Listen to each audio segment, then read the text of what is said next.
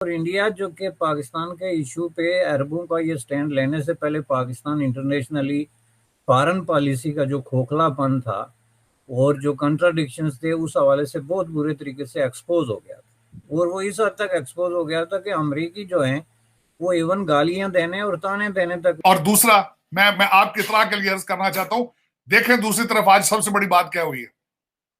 वजीर आजम मोदी साहब जो है वो दलाई लामा को लेकर जारी बात है, जो इंडिया की मेन स्ट्रीमिंग हुई है इसमें हम तो नहीं बर्दाश्त करते। बहुत सारे जो पाकिस्तानी होंगे वो कहेंगे लो जी क्यों हो रहा है, देखो जी क्या हो रहा है, किस तरह हो रहा है। But that is a reality. हर मुल्क जो है वो अपने इंटरेस्ट को देखता है, इकोनॉमिकली चीजों को देखता है।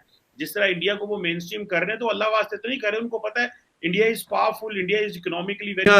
ट्रिप ओवर करती है। इंडिया जैसा मुल्क जो सारी उम्र नॉन अलाइंड रहा है, उसने अब अलाइनमेंट कर ली है विद अमेरिका। आप अलाइंड रहे हैं और आप सोच रहे हैं कि हम नॉन अलाइंड हो जाएं। इंडिया अपने पाँव पे खड़ा है और वो अलाइनमेंट कर रहा है अमेरिका के साथ। इंडिया के अंदर फॉरेन इन्वेस्टमेंट आ रही है, अमेरिकन इन्वेस्टमेंट आ रही है। आप नॉन अलाइंड होके जाए कर दिया कि हम जनाब कश्मीर इशू के हवाले से आपकी सपोर्ट नहीं कर सकते और प्रैक्टिकली ऐसे इकदाम उठाए जिसमें उनकी माजी की 30-40 साल पॉलिसी की नफ़ी थी, जिसमें उन्होंने कश्मीर में इन्वेस्टमेंट या कश्मीर के हवाले से ये स्टेटमेंट देना कि ये इंडिया का।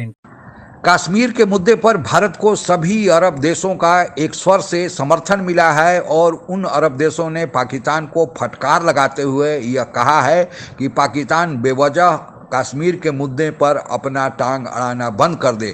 नूपुर शर्मा के मामले पर पाकिस्तान ये सोच रहा था कि अरब देशों के रुख में परिवर्तन होगा, लेकिन उल्टे पाकिस्तान को ही बेइज्जती सहनी पड़ी है। पाकिस्तान के इस बौखलाहट को बयान करती आज की परिचर्चा सुनते हैं।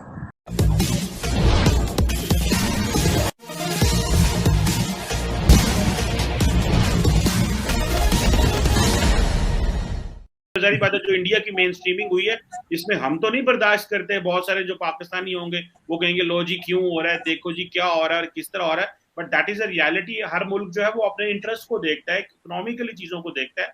जिस तरह इंडिया को वो मेन स्ट्रीम कर रहे हैं तो अल्लाह वास्ते तो नहीं कर रहे, उनको पता है India is powerful, India is economically very viable. जिस तरह ये I2U2 के में भी उन्होंने $2 अरब की इंटीग्रेटेड फूड पार्क्स की इन्वेस्टमेंट कर रहे हैं, जो UAE और अमरातीज और अमेरिकन एंड सऊदीज। तो जरा काइंडली इस पे भी कर दिया कि हम जनाब कश्मीर इशू के हवाले से आपकी सपोर्ट नहीं कर सकते और प्रैक्टिकली ऐसे इकदाम उठाए जिसमें उनकी माजी की 30-40 साल पॉलिसी की नफ़ी थी, जिसमें उन्होंने कश्मीर में इन्वेस्टमेंट या कश्मीर के हवाले से ये स्टेटमेंट देना कि ये इंडिया का इंटरनल मामला है। जब सऊदी अरब या UAE इस तरह की स्टेटमेंट दे दे 2019 के वाक़ये के बाद, तो इसको आप बिल्कुल उसी तरह इसराइल की तरह अगर आप क्रेडिट देना चाहें फराख दिली से, तो ये तो इंडिया की फॉरेन पॉलिसी की एक बहुत बड़ी कामयाबी है कि उन्होंने जो दुश्मन थे उनको दोस्तों में तब्दील किया। फॉरेन पॉलिसी का मतलब भी यही है। किसी फिलासफर को उठा के देख लें आप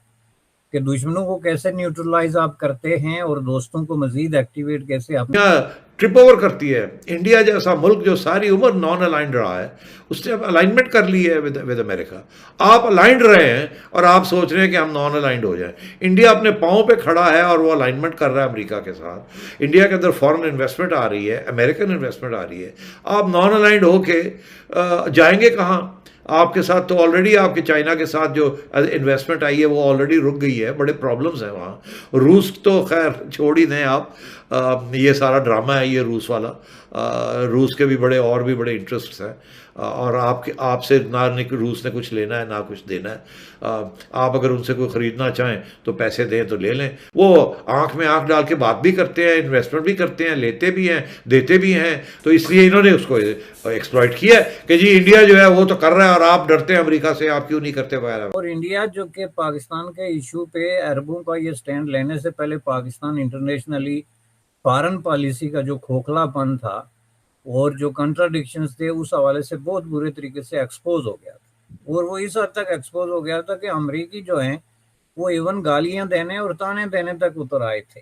मसलन अफगानिस्तान के आखिरी दिनों में या ट्रंप के दौर में या इवन हिलरी क्लिंटन के जो आखिरी डिप्लोमेटिक एफर्ट्स थी, उसमें आप देखें गाली देने और वो स्टेटमेंट्स देने में कोई फ़र्क नहीं होता। जब आप ओपनली कहें कि जी आप लोगों ने हमसे पैसे लेके खाए और हमें धोखा दिया और हमारी पीठ में जो है खंजर घूमा और आप जो है वो हमसे पैसे भी लेते रहे और तालिबान की सपोर्ट भी करते रहे, वही पैसे दे के उनको जनाब मसल्ला करते रहे।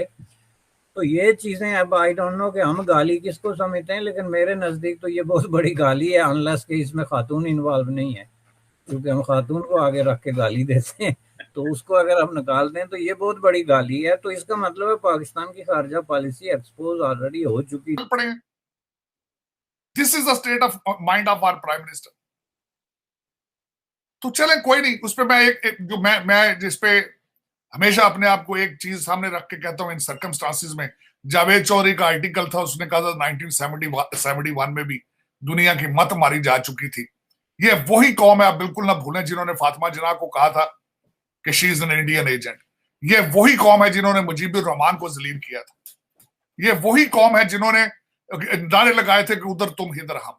ये वही कौम है जो कहते हैं कि अगर मैं नहीं तो पाकिस्तान के 3 टुकड़े। तो ठीक है, if this is what your destination is, आप अमेरिका, अभी तक मैं बताना चाहूंगा, अभी तक regardless what you do, Khan साहब ने अगले दिन DW पे ये भी कहा कि हमारा future belong to China, Russia. Fine, I agree with you, लेकिन थोड़ी सी रिसर्च कर लें खान साहब, अभी तक दुनिया में वाइल्ड सुपर पावर अमेरिका। ये अचीवमेंट्स हैं, ये कोई आप उनको अंडरमाइन इसलिए नहीं कर सकते कि इंडिया और पाकिस्तान की दुश्मनी है। तो आपकी दुश्मनी में दुनिया भी अंधी होके तो अंधों की तरह घूमती रहेगी कि ठीक है जी इनकी दुश्मनी है तो हम भी इसी तरह करेंगे। इसने आखिर में होना था। इंडिया अपने साइज के एतबार से, रकबे और आबादी के एतबार से, अपने पोटेंशियल के एतबार से, अपनी इकोनॉमी के एतबार से एक बहुत बड़ा मुल्क है और दुनिया के 6, 7, 5, 6 पहले मुल्कों में अब शुमार होना शुरू हो गया है। तो उस हवाले से उसको एक स्पेस मिल रही है जो कि कोई बहुत ज़्यादा अनजस्टिफाइएबल या अनफेयर नहीं है कि दुनिया ने आपसे कोई आपके खिलाफ कोई कंस्पिरेसी कर दी या साजिश करके तो इंडिया को प्रमोट कर दिया, बल्कि वो इंडिया का हिस्सा बाकदर जोसा, दुरुस्त लफ्ज़ ये है, उसको मिल रहा है। जो उसका साइज है उस हिसाब से उसको स्पेस मिल रही है और जाहिर है जो जो वो तरक्की करते जाएंगे तो उनको मजीद स्पेस मिलती जाएगी। कश्मीर के मसले को अब अरब देश भी यह समझना शुरू कर दिए हैं कि पाकिस्तान इसे बेवजह तूल देता है, इसे हिंदू मुसलमान का एक विवाद मानता है। दरअसल यह एक सीमा विवाद है जो बंटवारे के साथ ही शुरू हुआ है। आप लोगों को पता ही होगा कि जम्मू कश्मीर के तत्कालीन राजा हरी सिंह ने जिस भारत में पूरे जम्मू कश्मीर का विलय कर दिया था, और दरअसल पाकिस्तान ही जम्मू कश्मीर के कुछ इलाके जिसे पाकिस्तान में POK और गिलगित बल्तिस्तान कहा जाता है उसके अवैध कब्जे में है। लेकिन पाकिस्तान यह समझाने की कोशिश करता है कि यह हिंदू मुसलमान का झगड़ा है, भारत एक हिंदू राष्ट्र है और पाकिस्तान एक मुस्लिम देश है और मुस्लिम देश का इलाका भारत हड़प कर लिया है या भारत अपने अवैध कब्जे में रखा हुआ है। लेकिन अब पाकिस्तान की कलई खुलने लगी है और अरब देश जिसका हेड सऊदी अरबिया है और इसके अलावा UAE और कतर, दुबई आदि देश हैं जो भारत के साथ खड़े हैं और भारत के साथ दिनों दिन अपने व्यापारिक संबंध बढ़ा रहे हैं। अभी हाल में ही जो अमेरिकी राष्ट्रपति जो बाइडेन का इजराइल और इसके बाद सऊदी अरबिया का दौरा हुआ और फिर वहीं पर I2U2 मतलब I2 का मतलब इंडिया और इजराइल और U2 मतलब UAE और USA यानी अमेरिका के साथ जो बैठक हुई उससे भारत का मिडिल ईस्ट में अब प्रभाव बढ़ा है, अरब देशों में प्रभाव बढ़ा है। और इसके पीछे एक कारण और है कि भारत का साथ इन लोगों को इसलिए मिला है कि ये देश भारत को एक बड़े बाजार के रूप में देखते हैं। यूनाइटेड नेशन की जो एक रिपोर्ट आई है कि अगले साल भारत की जनसंख्या का चीन को भी पीछे छोड़ रही है, तो इससे लगता है कि इतने बड़ी जनसंख्या के साथ अगर वे व्यापार करते हैं तो उनका फायदा होगा, पाकिस्तान को कर्ज देकर उनको नुकसान ही नुकसान होगा।